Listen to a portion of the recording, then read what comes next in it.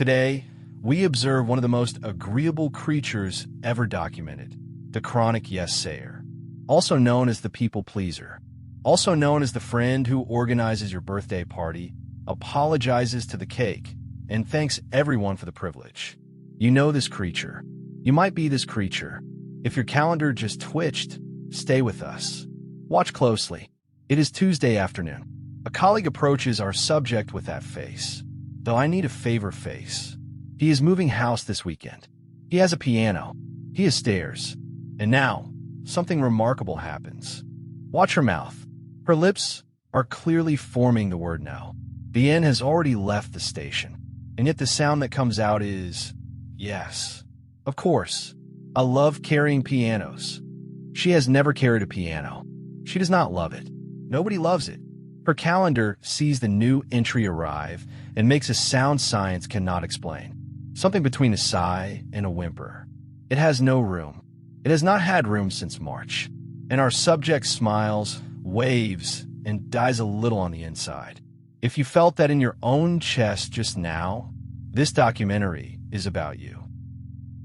To understand how this happens, we must travel inward, deep into the headquarters of the human mind, where every request gets processed.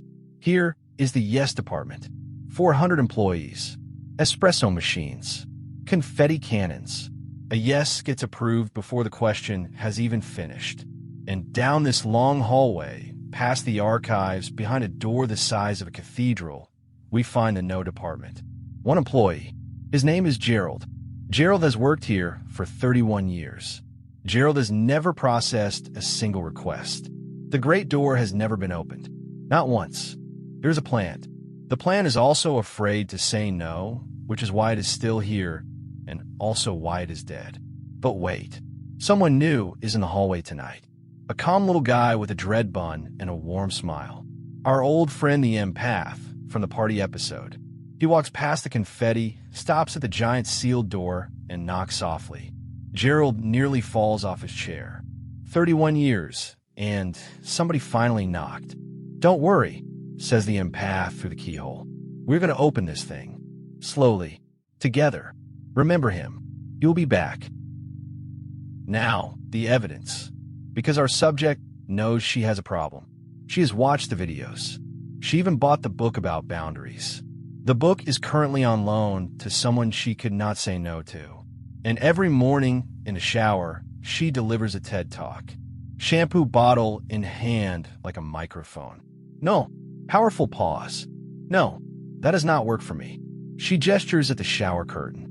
You see, I have learned to honor my own capacity. The conditioner is moved to tears.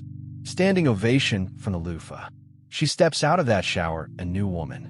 Boundaried. Unshakable. A fortress in a towel. The phone rings. It is her aunt. Could she host the family dinner this year? Also cook? Also for 24 people?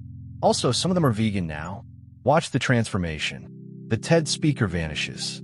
And a cheerful voice our subject does not even recognize as her own says, "Of course. I would love to." She hangs up. She stares at the phone.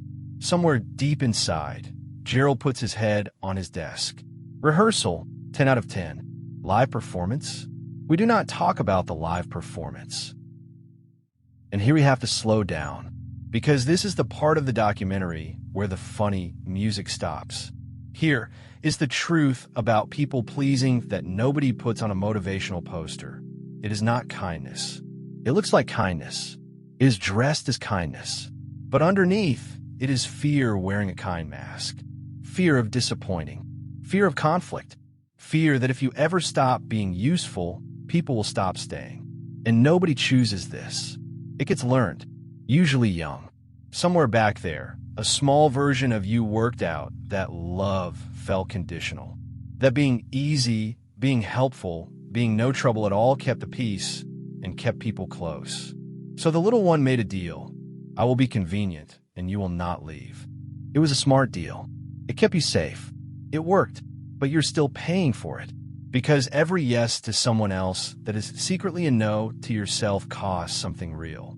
A little energy, a little honesty, a little life force. Small amounts. Every day. For years. Our friend the empath sits quietly at the edge of this memory. He is not here to fix the little one, just to sit with her. Some things just need a witness. But here comes the plot twist. And if you're a pleaser, sit down for this. Probably after asking everyone else if they need the chair first. That thing you do, reading a room in half a second, knowing what everyone needs before they say a word, that is not weakness. That is a world-class radar. Years of training. Precision equipment. Most people could not detect a mood with a weather station. You can feel a sigh through a closed door. The problem was never the radar. The problem is where it points. Always outward. Never at the one person whose needs you were actually assigned to protect. You. So watch what happens when the empath walks over and gently, very gently, turns the dish around. For the first time in years, the radar sweeps across her own heart, and it lights up like a city at night. Needs everywhere. Rest unheld. Words unsaid. A whole backlog of I would like that never got processed. Here is the secret. A pleaser who points that radar inward does not become selfish. They become the world's leading expert on their own care.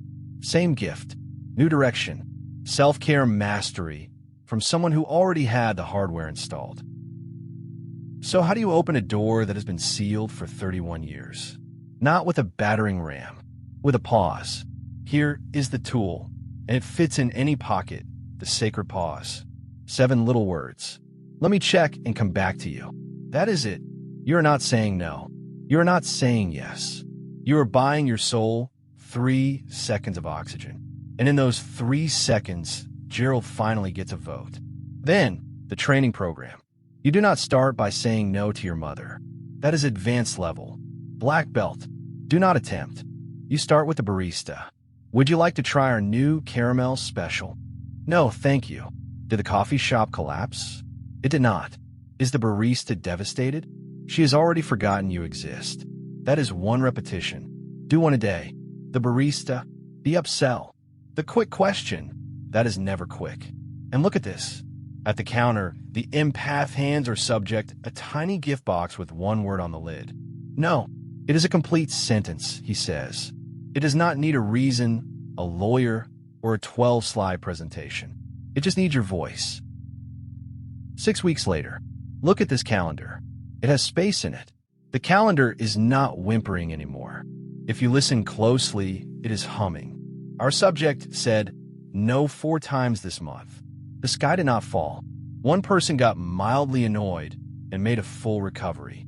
Her yes started to mean something again. Because when you can say no, your yes stops being a reflex and becomes a gift. People feel the difference. Here is the part to carry home.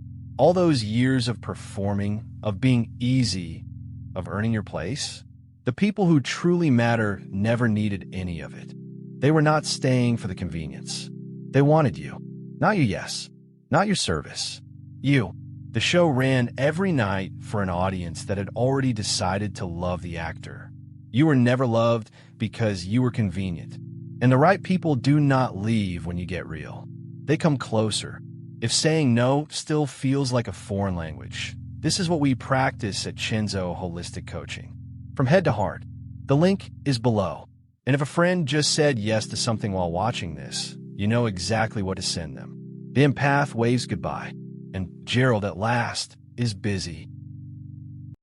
Hey, this is Chenzo. If this touches something in you, like this video and subscribe and share it with somebody who needs it. And if you want real help on your path, come to chenzoholisticcoaching.com. The link is below. With love.